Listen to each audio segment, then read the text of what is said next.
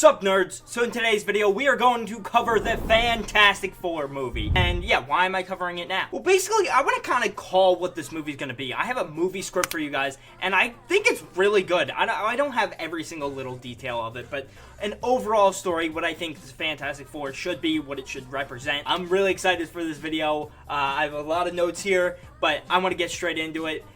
Sorry I haven't uploaded for a long time, but we're gonna get straight back into it. If you do enjoy this video, make sure to hit the like button, subscribe, and hit that notification bell if you want more Marvel and Fantastic Four and nerdy content in the future. Yeah, but let's get straight into it. In this video, I want to cover all that we know about the Fantastic Four movie. We want to cover the actors, the characters, the plot, stuff like that. So first, we have Pedro Pascal as Reed Richards, Mr. Fantastic. We have Vanessa Kirby as Sue Storm, the Invisible Woman. We have Evan Moss-Bachrach as The Thing, Ben Grimm. And we have Joseph Quinn as the Human Torch, Johnny Storm. And yeah, I just think this cast wasn't perfect.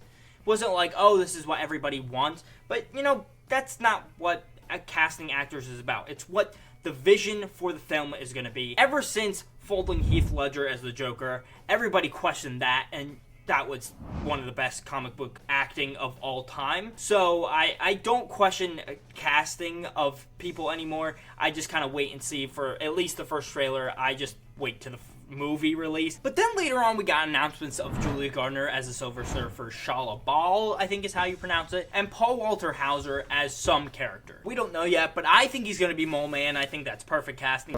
This just in, more Fantastic Four news. We get Paul Walter Hauser saying he's playing a very distinct character for this Fantastic Four movie. He's very interlinked with the mythological aspect of the Fantastic Four stories in the comics, and I think this just points more towards Mole Man. He's very distinct with the Fantastic Four, and if it was going to be someone like Dr. Doom, I think they'd wait for that. As well, we get John Malkovich as some character. I don't really know him as an actor that well. I have no clue. People said maybe Puppet Master. I don't even know who that is as a character. We'll have to find out. But also, the kicker, we have Ralph Ineson as Galactus. And I didn't recognize the guy at first, but when you hear his voice, you're like, oh, that guy. And yeah, that's perfect for Galactus. You need somebody with a scary, intimidating voice. That's why I like Javier Bardem or Antonio Banderas. But Ralph Ineson is fantastic. I didn't even think of him because I'm not somebody who's going to go cast these folders in movies. I'm just a guy online. I think this is a fantastic casting for Galactus. I'm really excited. How do they keep doing this when I'm recording this video? This video is coming out more than a year away from the movie because I'm trying to get it out early before they like announce stuff and make it whatever. They keep announcing stuff. Natasha Lyonne is playing some character in this movie. I think she's gonna be Herbie, I guess. By the way, I'm not mad at all at this casting. Like, I'm like really excited. I'm just like, it's crazy that it's always like happening during this video as I'm trying to make it. But, you know, this cast is stacked. I don't know, man. Let's get on with the video. And that leads us into our rumored characters. First, we got Dr. Doom. We have Giancarlo Esposito, Cillian Murphy, Matt Mikkelsen, and Ben Affleck. I don't know if I pronounced all those names right, but I think I did a pretty good job. Yeah, I think Dr. Doom definitely shows up in this film. He's very important to the Fantastic Four, but I don't think he's the main villain. I think he's just kind of lurking in the shadows. He develops his powers in this movie, or he's just not the main villain. As I said before, I think we're going to have Mole Man in this movie in the very beginning. He's going to get defeated very easily. But yeah, I think that's just a very cool character. And the Fantastic Four, basically, in The Incredibles, they're switchable. And Mole Man was the villain for the very end of that first Incredibles movie and the beginning of the second one. And yeah, I just think it'd be really cool to see the characters fight him and develop their powers and show the audience who the Fantastic Four are. We could also have characters like Molecule Man, Kang, other versions of Kang. We could also have the other version of the Silver Surfer because that version is, I think, dating or is married to Shala Bal. And Lakeith Stanfield had a comment on her being casted, and he was kind of like, oh, that's a real cool casting. Like, I wish I could have did it, whatever. I kind of feel like he's going to be in the film. I think we could also see Franklin and Valeria Richards in this movie, the kids of Reed Richards and Sue Storm. They're going to be important for the Young Avengers and whatever, and I just think they're very powerful and very important to the upcoming storylines that Marvel wants to tell. And next up, I have a few assumptions from the posters and the rumors of all the storylines and characters that will help set up my pitch. First up, I think this movie's going to be somewhat set in the 1960s. I don't know if it's going to be majority or if it's just going to be the first few minutes or it's going to be a flashback. I'm not really sure. But from the retro logo, I think that's definitely something that is going to be very important for this film. I don't know if it's going to be because, oh, they want to put the music and that's pretty much it, or it's going to be a bigger point to the plot of this film. Also, Ben Grimm is holding the Life magazine of Lyndon B. Johnson cover from 1963. Herbie from the promotional art from the Valentine's Day poster also looks like he has a little, like, cassette tape in his, like chest area, which, you know, isn't really the most modern thing. So, I think it would make sense that this movie would be older, but I think the retro logo and things like the astronaut suit that they're promoting, like they're astronauts, like, oh, this is exploration, this is the hope for the future, we're gonna go find stuff and we're gonna go explore and whatever. And nowadays I just feel like everything's so negative and like people like aren't excited for technology, they're just scared of it, which, I mean, it makes sense. I don't blame people for being scared of technology, but we can not control it, but work with it. And the second assumption I'm going to make is that this movie's going to take place in another universe. For my theory, it works a little bit better if they are just in the 1960s of the MCU universe and not another universe. But the way they're promoting the film, April 4th, they released a Human Torch poster, and in the background, it's a very futuristic skyline, and that just looks like, oh, so this is a different universe. The 1960s of the MCU doesn't look like that. Also, we haven't seen the Fantastic Four yet, so it wouldn't make sense that, oh yeah, they're in 1963 in the MCU. Why would people not remember them unless there was some curse or some spell, which I think is kind of stupid. I think a little time travel would work for this film, and that's going to be a part of my pitch. Could also mean that they time travel and they cross another universe, but having both those things in one part of the film to explain something very simple, I think would be too much. But I mean, I could be wrong. It could work. And also, in the past, in the Multiverse saga, it's been hard to follow and actually care about characters in another universe. So I think they're going to set up a universe that has the Fantastic Four and the X-Men. They're going to come together, and in Secret Wars, they're going to cross over. And we're going to care about the characters in both universes, so we're not like, oh, yeah, we want them to die, and we want the MCU to keep going. That's why I think this movie could be set in another universe. It's kind of risky, but it could definitely work with where they're going with the story. So here's my pitch, and it's going to get crazy, so stay with me. The movie takes place in 2028 in a sword facility, and they're trying to figure out what Tiamat is made of, where it came from, and what happened. This team already has their powers, and they're trying to help save the MCU and help figure out their problems and help people from the blip and stuff like that. By the way, later on they figure out that Tiamat is made from adamantium. Really cool, it'll come back later. But then the Fantastic Four get called into their first mission to save people from the Mole Man. And of course, they easily defeat him. Their powers kind of go hand in hand and they start working well kind of together, but they're kind of a mess. This sequence is important because it showcases the characters' ability to work together, where they're going to get their fame, and showcases their powers to the audience. They then head back to the sword facility and they're arguing and whatever, and then boom, the Silver Surfer shows up. She warns them about Galactus after they chase her and they get a fight and whatever, and it's a cool sequence. She ultimately warns them about Galactus. And then eventually Reed links Galactus' arrival to the blip. And also Tiamat and why the Eternals came back and everything with that. I think that's going to be a very important part to their characters. This helps showcase the main threat of the movie and what's going to be going on and how they're going to have to work together to defeat Galactus. It also leads into their origin story, which I'm going to cover now. So this is a quick little flashback thing. This isn't going to take long. This is where the 1963 part of it is going to work into the whole film. Alright, when I first explained this, I know it was a little big brain for you guys, so I'm going to simplify it. Here we go for big brain analysis for dum-dums.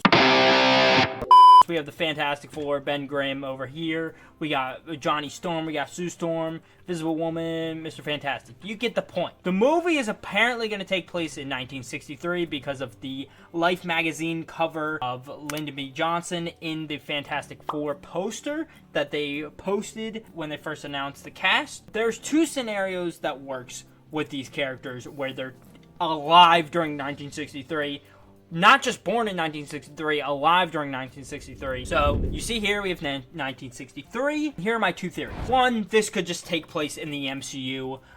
First off, we start in 1963. They're alive. They're around 20-something in 1963. They're just normal scientists. They don't have their powers yet. You find Dr. Doom and all the Fantastic Four, but they're not the Fantastic Four yet. And then, basically what you do is you send them into the future. You do that by having them going on a space mission, and you send them into a black hole, or a rift in space, or however they want to explain it.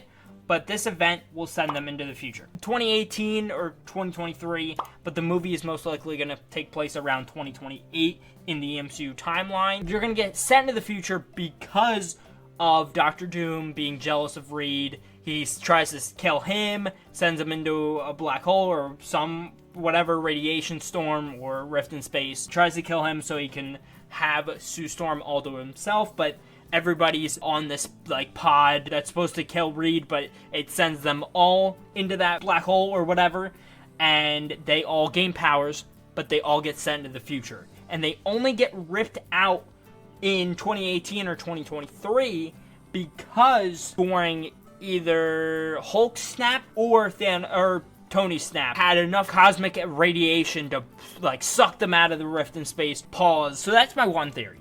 And I like this one because you have Dr. Doom and he can either come with them into that black hole and also gain his powers that way, or you can have him wait back. You can have him sit there that whole time, and because he wants revenge on Reed Richards, he uses dark magic, keeps himself alive, and develops Latveria. Or my second theory is that we're going to have another universe. We're going to have a universe, because my problem with Multiverse of Madness, the movie, is that they killed off the Illuminati, but we didn't care about those characters. Yes, cool, they had Jim from The Office, and they had Patrick Stewart, and it was amazing, it was cool. But the fact is that they killed off all these characters before we even got to know them and care about them. So it just I didn't feel anything. But for Secret Wars, we're going to have two universes, and they don't want us to just root for one of them. They want us to have a hard time because there's going to be cool characters from the MCU and cool characters from the other universe, which I have heard is 267, which is the universe that we saw in the post-credit scene of The Marvels. If you haven't seen it, go see it. Just a fun movie. But the post-credit scene involves, spoilers, the X-Men. And it has the X-Men in it, has Patrick Stewart, apparently. They say, oh, the professor, whatever. It's probably Patrick Stewart. They have Binary, I think is her name. And they have Kelsey Grammer as Beast. And I think that would be a really cool universe to have in Secret Wars, have that collide with the MCU, and also have Reed be a part of that universe. That universe would start in 1963. Same thing. Would make sense with the Lyndon B. Johnson cover and what we've heard so far. So we have them in there. What happens? The same event could happen that I explained before. They send them in a black hole or rift in space or whatever, and they get either sent through time till 2023 or 2018 or whatever, or they get sent into the MCU that way. They don't have to get sent into the MCU. They really don't. There's no reason for it. If they want to just keep them in the other universe, that's fine. Just during Secret Wars, they would have to collide.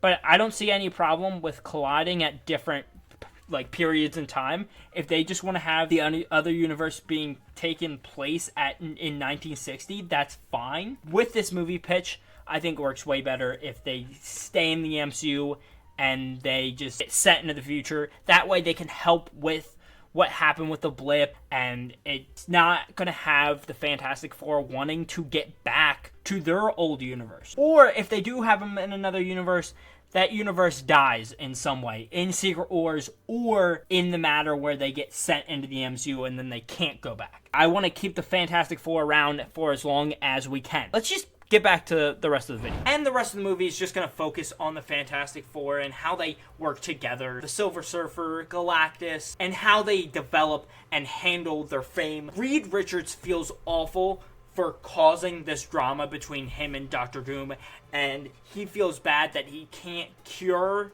his friends, especially Ben Grimm, because he loses his wife. So he's like, what can I do? Let's be famous. And we can be famous, and we can be rich, and we can be seen as these great people and not looked at like weirdos. And that's important for Ben Grimm because that's Reed Richards' best friend, and he's a rock person. He was just a normal guy before, and now he's just all rocks. Like, that sucks. And that's basically my movie pitch. I don't want to get too developed into what is actually going to happen in the film, like how they're going to deal with Galactus, if Galactus is going to win, if he's going to lose, because they could do it either way. But I want to talk about the honorable mention stuff of what's going to happen and the post-credit scenes. Honorable mention is just Nova could be a lasting survivor because we didn't see Thanos go get the Power Stone and he could just be alive. The Nova Core, like, smart thing was, I think it might be, no, Supreme Intelligence is great. Whatever the other thing is, he is told by that, oh, Galactus is coming and he wants to help, so he's either going to be in the film or he's going to be a factor in the post-credit scene. So hopefully they introduce him. I don't know if they will, but it'd be really cool. So I have 3 potential post-credit scenes. First, we have the Eternals recruiting the Fantastic Four, or the other way around. I think the Eternals would recruit the Fantastic Four to protect the world from Arishem the Judge, and that'll be developed into Eternals 2. You have the Eternals that are left and the Fantastic Four, and they fight Arishem. I think it would be very important for the Eternals to find really, really smart people like the Fantastic Four to help them prove that humanity's worth it. Or my second one, not as strong, but Doctor Strange recruits the Fantastic Four to help him fight Kang, or Doctor Doom, or something along the lines with the Multiverse saga. And then my personal favorite one, this involves the movie taking place in our 1963, and we have the Fantastic Four get sent into the black hole. Doctor Doom waits back in 1963, and he's like, oh, they're stuck in a black hole, and he's gonna try to figure out how to get Sue back. And he wants to destroy Reed Richards. He knows they're not gone. He's gonna wait and develop and get stronger and stronger and stronger. He develops all the stuff that Reed Richards would have in the MCU, and he is gonna sit in Latveria and learn dark magic and learn the multiverse and learn all the smart stuff that Reed would have learned if he was in the MCU. So the movie ends with somebody walking up to a castle, and he walks in down a hallway, and he just has somebody sitting at the end of the hallway on a throne like this, and it's Doctor Doom sitting there, and he hears of this team, the Fantastic Four. They go on their first mission, and they fight the Mole Man, and they fight Galactus, and they fight Silver Surfer, and he just knows that it's Reed Richards, Sue Storm, Johnny Storm, and Ben Grimm, and he's ready for revenge, and that will lead into the Fantastic Four 2, or another project that they're going to have Doom in, because I think they should develop Doom for the next saga, or like after Secret Wars. That's basically my theory. Do I think it's going to work? No. If they decide they want to work in another universe, I think it's going to be way too confusing. And obviously, we don't have enough information yet. But I think to see Galactus win would be really cool. But I really like my theory. I like Doctor Doom staying in the past. That's my favorite part of the theory. And it's a post-credit scene. It's not even about this movie. It's about the future of the MCU. I think having a really old, technically, he's going to look around 45, 50, maybe even 60 years old. So they'll cast an actor around that age. I just think it's very important that they help out with the blip if they're here and they're on Sword. My only thing that I think the reason why my theory wouldn't work is because they weren't seen in the Marvels. And a lot of people didn't see the Marvels, so it could just be like, oh, they were off screen or whatever. But I think it's very important that they're on the Sword facility, because that's just kind of what they would be, because Sword is like, oh, this is the intelligence thing, protecting Earth from the cosmos. That just feels like what the Fantastic Four are. And unless they bought Stark Industries Tower or Avengers Tower or whatever, and they turned it into the Baxter Building, I think they should be on the Sword facility, because I think Wilson Fisk bought Avengers Tower instead of them. I'm so excited for the future. Deadpool and Wolverine. I'll probably do a video on that soon. Thank you all for watching. My next video on this channel should be rewatching WandaVision and seeing all these MCU shows and movies that people didn't watch in Phase 4 and Phase 5 because they just got sick of superhero movies, superhero fatigue, and they just didn't like the MCU after Endgame. I'm going to cover what they should watch and what they shouldn't watch. I'll get more into detail on my community page about that. But if you did enjoy this video, make sure to hit the like button, subscribe, and the notification bell if you want to see more content like this in the future. I hope you guys had a fantastic day, and if you cannot have a fantastic day today, have a fantastic day tomorrow. Fantastic Four day tomorrow. I'll catch you guys in the next one. Later, nerds!